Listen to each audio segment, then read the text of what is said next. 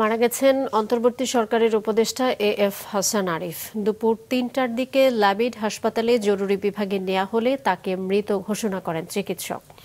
ধারণা করা হচ্ছে হৃদরোগে মারা গেছেন তিনি।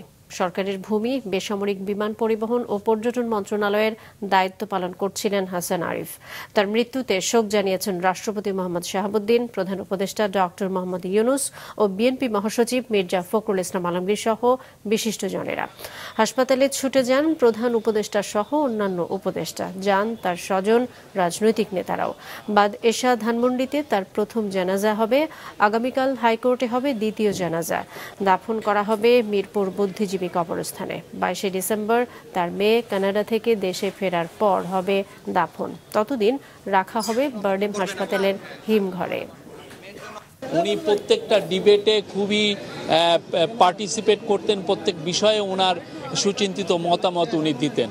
উনি was a rock in the cabinet. উচ্ছল, আনন্দময়, প্রাণবন্ত মানুষ ছিলেন। আমাদের আজকে আর বেশি কিছু বলার নাই, আপনারা সবাই স্যারের জন্য দোয়া করবেন। হাসান আরিফ সাহেবের শূন্যতা, যেটা চলে যাওয়ার যে শূন্যতা সৃষ্টি হলো, এটা সহজে পূরণ হবার নয় বলে আমি মনে করি। আজকে বাদ এশা ওনার জানাজা হবে ধানমন্ডি 7 মসজিদের, যেখানে মসজিদটা আছে 7 নম্বর রোডে, সেখানে।